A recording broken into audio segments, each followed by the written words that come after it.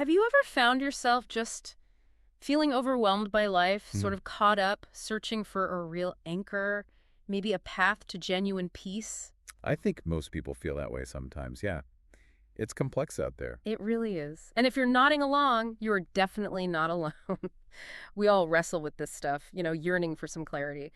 Today, we're doing a deep dive into some powerful ideas from a framework called the 12 Steps to a Good Life. And let's be clear, this isn't about quick fixes. No, exactly. Not those feel-good platitudes that don't last. This is something deeper. Our mission here is to pull out the core insights, the really practical stuff from these sources. It's a systematic approach designed to help you navigate challenges, make better decisions, and ultimately find real meaning. Think of it as understanding a proven method, one adapted from programs that have genuinely helped millions. Right. And a key part is how it focuses on progress, not perfection, which leads to more realistic thinking, better self-care, and just wiser choices.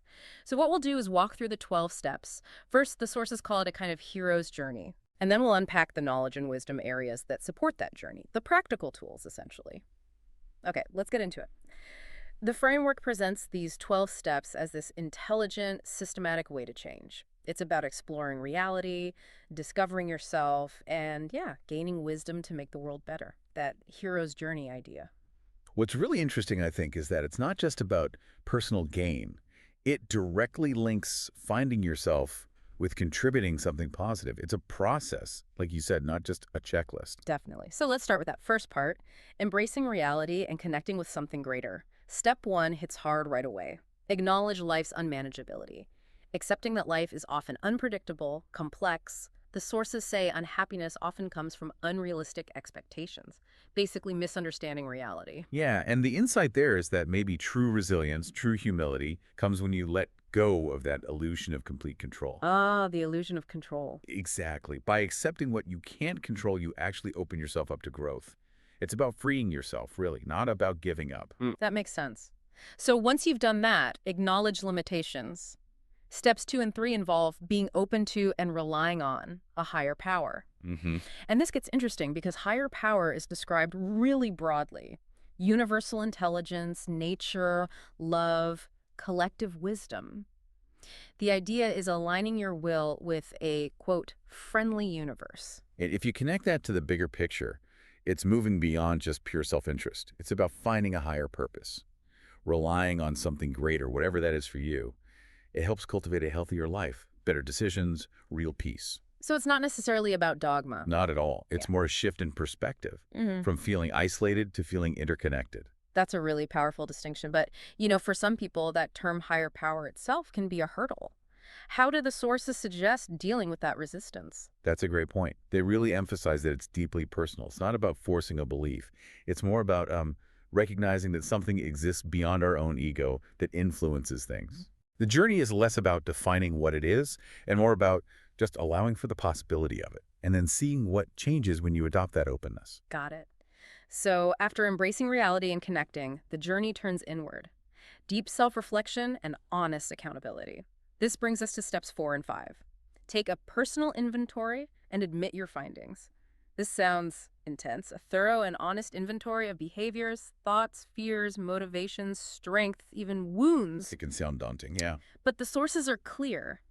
It's an audit, not an indictment. It's not about beating yourself up. Absolutely crucial and often misunderstood. It's about understanding yourself without the guilt and blame. The real power isn't just doing the inventory, it's the admitting part. Admitting it. Ideally to yourself, Yeah. first and foremost, Right. then maybe to another trusted person, a mentor, a friend, and to your higher power. That honesty, that humility, that's where the real improvement starts. Yeah. Because you stop hiding. Okay, so after that deep, honest look, you prepare for action. Readiness for change and repairing harm. Steps 6 and 7. Be ready for and humbly ask for change. So once you see the patterns, you become ready to let them go. The sources call it a metaphorical death and rebirth for the old self. Then you humbly ask for that change with spiritual modesty. What does that spiritual modesty actually mean in practice? It sounds a bit passive. That's a really important question. It's often misinterpreted as passive, but it's actually quite active. It's acknowledging you can't force the change yourself, but you can create the conditions for it. Okay. And then you sincerely ask for help from that higher power. It's not about changing others, it's purely internal transformation. Approaching it sincerely, without entitlement, like, taking your foot off the brake so the car can actually move. That's a great analogy, taking your foot off the brake. And after that internal readiness comes steps 8 and 9. List this harm caused and make amends. This takes courage. A lot of courage, confronting harm to others and harm to yourself, those self-inflicted wounds, and then taking action to repair it directly where you can. And acknowledging the self-inflicted wounds is so key for self-forgiveness. People often skip that part.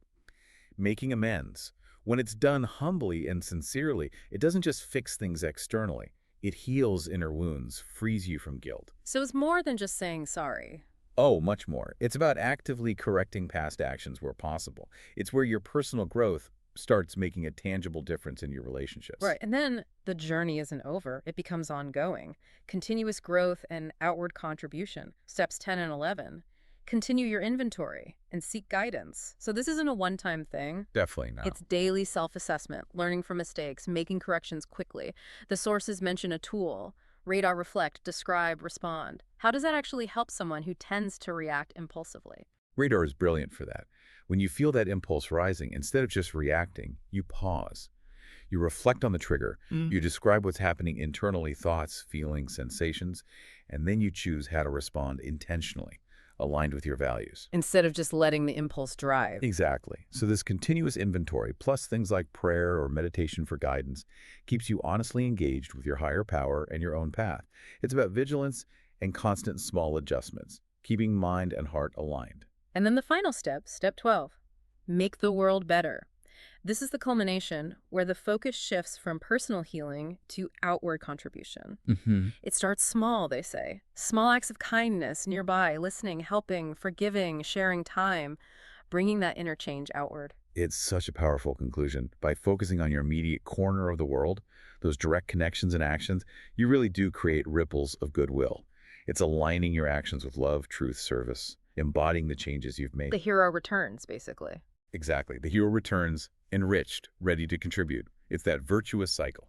So beyond the 12 steps themselves, the sources dive into specific areas of knowledge and wisdom that really support this whole process. This is where we get the practical, everyday tools. Right. This is the how-to, making sure that growth gets integrated into your actual life, making it stick. Okay. First up is being, self-knowledge, peeling back layers to understand your worldview, values, basic needs, and emphasizing that you are responsible and the present is the only time to act. And a vital piece here is realizing you are the awareness experiencing thoughts, not the thoughts themselves. That separation gives you power. Tools like clarifying values, using a basic needs inventory, practicing mindfulness, these are key for managing stress and emotions, observing your inner world without getting swept away. Then after being, understanding who you are, we move to doing, productivity with purpose. This isn't just ticking boxes. Yeah. It's living a balanced, ethical life where improving yourself contributes to making the world better, linking actions to a greater purpose. And your motivation just skyrockets when you do that, when you align with something bigger. This part emphasizes good habits, self-regulation, conscious choices about health, organizing, simplifying possessions, even limiting negative inputs like news or social media overload. And they mention smarter goals. Yeah, the smarter framework specific, measurable, achievable, relevant, time-bound, exciting, and reviewed, but framed positively. It gives you a concrete way to approach goals that are both directed and actually inspiring. Makes sense. Then body, physical health. Pretty straightforward. Clear thinking, mindful eating, good sleep, daily movement are foundational. Absolutely. It's about supporting your mental and emotional health through physical well-being. Avoiding harmful stuff, sure, but also reframing stress. Yeah. Even living virtuously that gives perspective on your own troubles. It's all connected. You need that solid foundation. Right. And with that foundation, we get into the mind, managing thoughts. Our minds interpret reality, but unchecked thoughts cause a lot of suffering. So how do we get a handle on them? The suggestion is to observe them without getting sucked in. Ask yourself that powerful question. Is this thought actually true? And then choose to let go of the unproductive ones, especially worry about the past or future. And that inversion technique. Ah, yeah, inverting your perspective. It's powerful. Flip a negative thought. If you think, I can't do this, try exploring, what if I could? What would that look like? It detaches you from the automatic negative reaction, gives you back control. Interesting. Okay, then emotion, emotional regulation. Managing emotions healthily, understanding them, triggers, alignment with values. But how do you actually cultivate positive emotions like self-compassion or non-attachment? Good question. It's active work. Self-compassion, for instance, is basically treating yourself like you'd treat a good friend who's struggling. Recognizing suffering and imperfection are just human. Not beating yourself up. Exactly. And non-attachment means focusing energy on your actions and intent, not obsessing over a specific outcome you can't fully control. Let go of controlling the uncontrollable. That brings peace. Setting boundaries is huge here, too. Then spirit, spiritual health. Again, not necessarily dogma, but connecting to self, others, something greater through how you live. Right. Daily practices like prayer, meditation, mindfulness help cultivate humility, receptiveness. And a huge part is accepting reality, living life on life's terms, acknowledging things as they are, even contemplating mortality, not morbidly, but to gain perspective, appreciate life, focus on what truly matters. Next, relationships. Healthy connections with your higher power, yourself, and others are crucial. Yeah, and this involves awareness of your life position, like aiming for, I'm okay, you're okay.